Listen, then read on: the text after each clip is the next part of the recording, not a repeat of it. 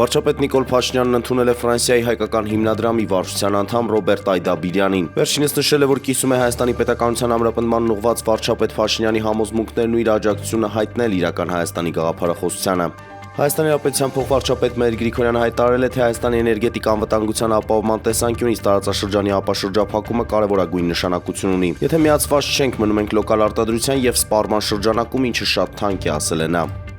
Ադրբեջանն արդեն 5 տարի է ինչ լիակատար խաղաղության մեջ է, նման հայտարարություն է արել Ադրբեջանի նախագահ Իլհամ Ալիևը եւ իհարկե որքան շուտ խաղաղություն ապահովի մեր սահմաններից այն կողմ, այնքան լավ կլինի այդ երկրների եւ բնականաբար մեզ համար, նշել է նա։ ՍԱՏՄ ղեկավար է նշանակվել Տիգրան Պետրոսյանը, վարչապետ Փաշինյանը ստորագրել է համապատասխան որոշումը։